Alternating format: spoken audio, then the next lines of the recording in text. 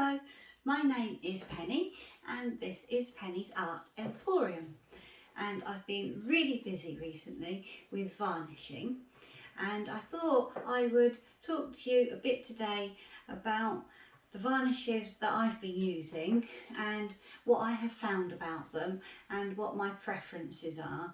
And also today I will varnish this painting in front of you, which is number 58 in my videos. It's a Dutch pour, and I will show you how I will be varnishing this particular one. I'm going to use this Liquitex high gloss liquid varnish, and with this one I mix it 50-50 with water. I put it into just a little pot and I use a rag, which was just a t-shirt. I always use the same one, it's still a little bit damp from when I've used it before, and I will just wipe over the painting with the varnish on it, go over that a couple of times. So that's what I will be doing. But I thought I'd also talk to you about some of the other varnishes that I've used and what I have really found about them. So the ones I started off using were these spray varnishes, which are really handy, especially for little paintings.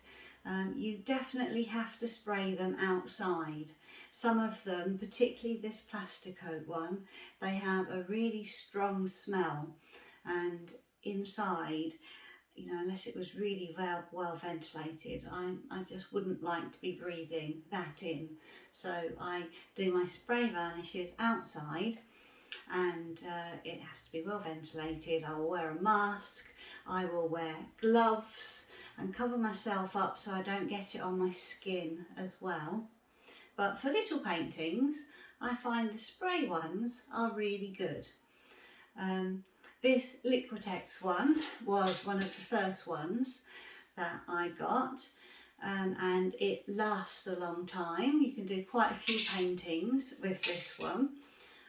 It's got a nice sort of ball bearing in there, give it a good shake.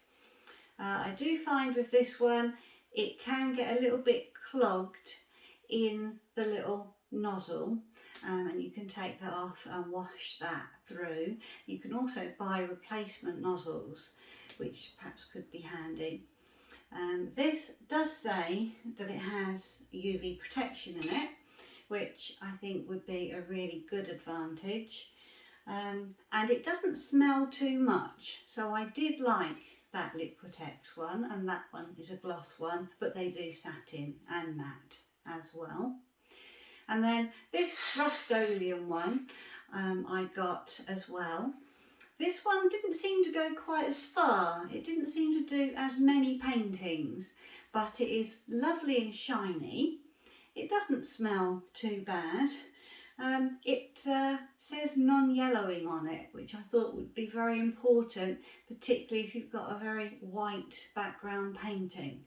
So I quite liked that one, and it was lovely and shiny, lovely and easy to use, and perhaps with a couple of layers I did quite like that.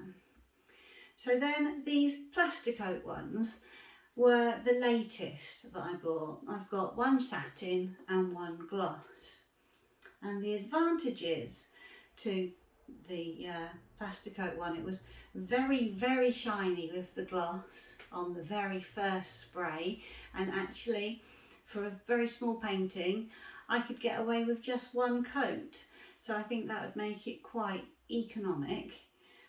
It does not say non-yellowing on it, which I find slightly worrying.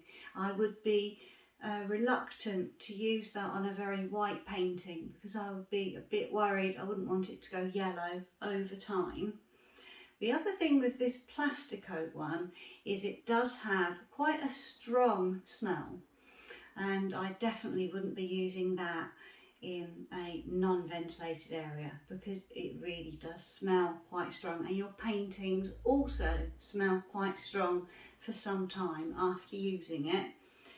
The other thing I found with this Plasticoat one compared to the other two spray ones is that in the summer I have laid my paintings out on the wooden decking and sprayed. Now if it's a slightly cooler day or slightly damp, there was no problem with these two. But with the Plasticoat, my decking has got outlines around where the paintings were that are a kind of foggy, cloudy looking white. My paintings were fine, but I found that a bit worrying. I was a bit worried to use that on a colder day because I didn't want my paintings to go foggy. So that was the thing with those. The other thing with the spray ones, when you're doing them outside, is you really have to watch out for little flies and little bits of dust. The flies are very attracted to the lovely bright colours, and they do like to fly into the varnish when it is wet. So that is definitely something to consider.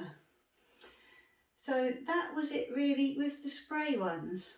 So I will turn the camera off now and set it up so that you can watch me varnish this one and the method that I use, and you can see how I do it. So I shall get started. So the first thing I'm going to do is mix this up. I am not a measurer, but it's about 50-50. So there is just that much of varnish. I've made sure my pot is clean and dust free, and then I am just going to put in some water. So that is that, and then I will just stir it round with a stick just to make sure that it's really mixed together.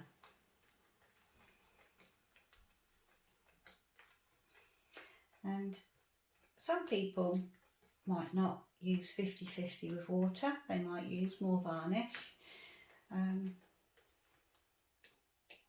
I don't think it has to be that accurate particularly. As long as you can move it around easily, I think that's the most important thing. The reason I don't just put this on with a brush is because I have done that before and you got brush marks, and I didn't like that. I liked it to just be shiny, really. So this is just my rag that is from a t-shirt, and it's absolutely fine. I've used it lots of times and I just put it back into a bag. It doesn't have any bits on it, no fluffy bits, so that's why I just reuse it. So I just dip it into the liquid. Now the first thing, because this is a deep edge canvas, the first area that I am going to do is the sides, because I want to make sure that those are not left out. And you can see, I mean, it's just so easy. I just wipe it over, just as if you were wiping any surface, really. I might even do underneath the edges a little bit.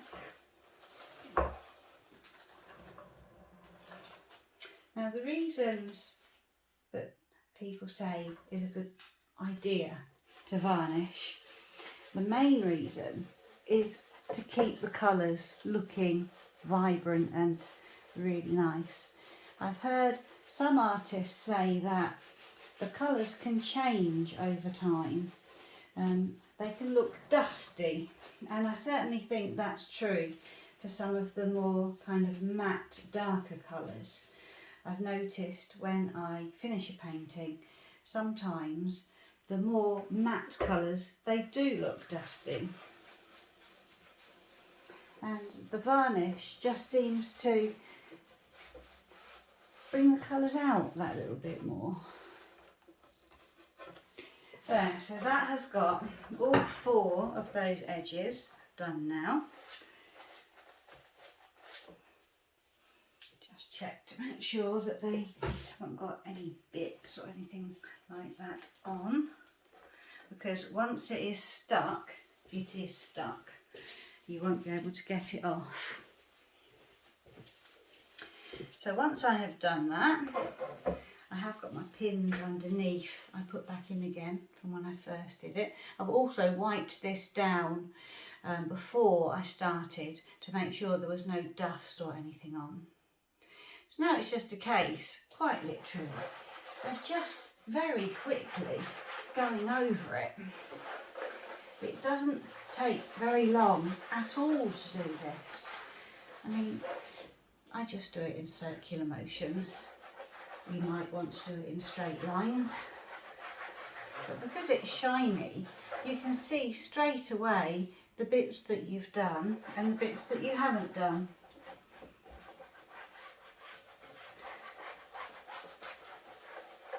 It dries very, very quickly.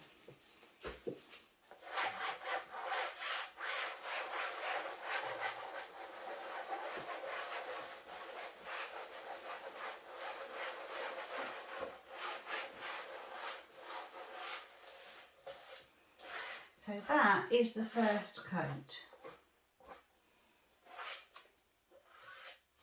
And that will be it for now. Just want to make sure there's not any little bits, no little fluffy hairs or anything.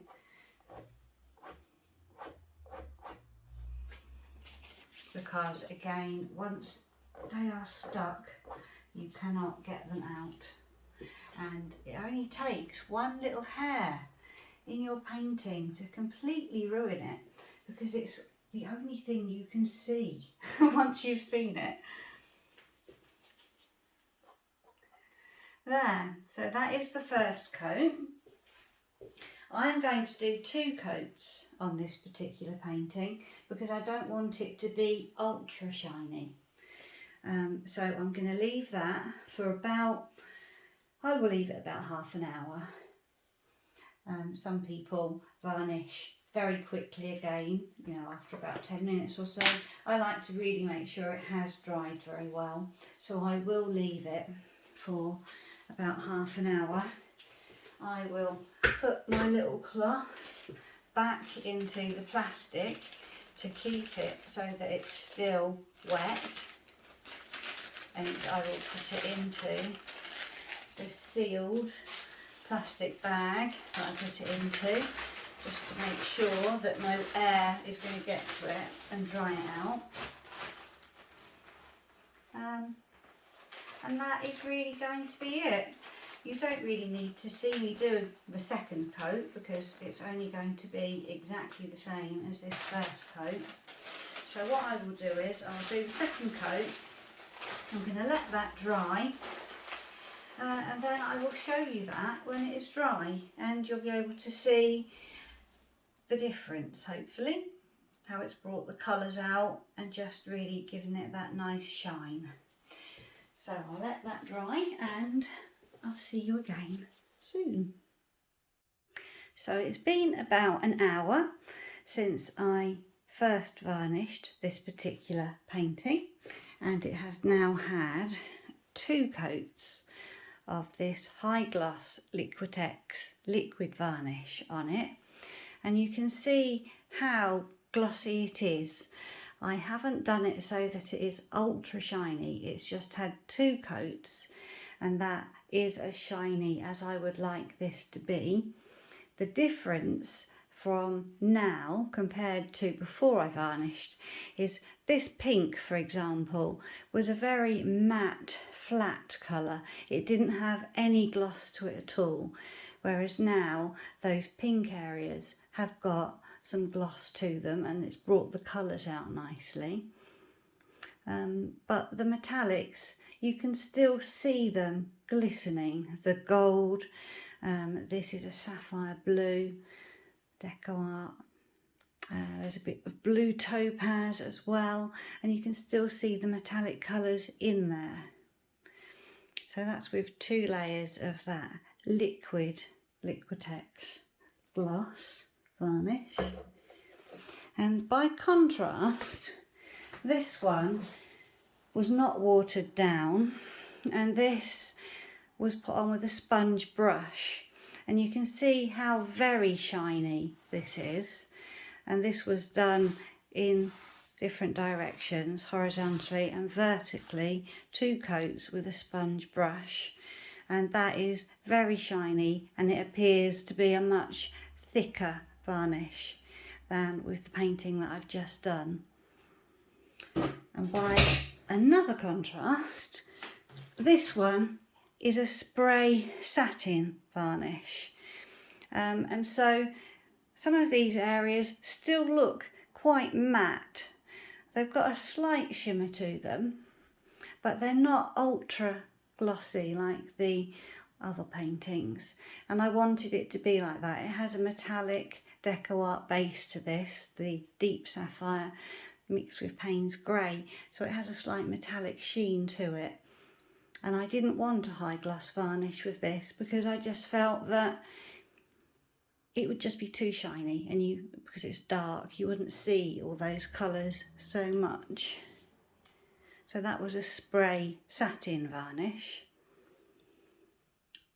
And then for yet another contrast, this particular painting has impasto flowers on it. They are raised, and so I didn't want to use a liquid varnish with this. I used a gloss. This was the Rust-Oleum gloss varnish that I used on this,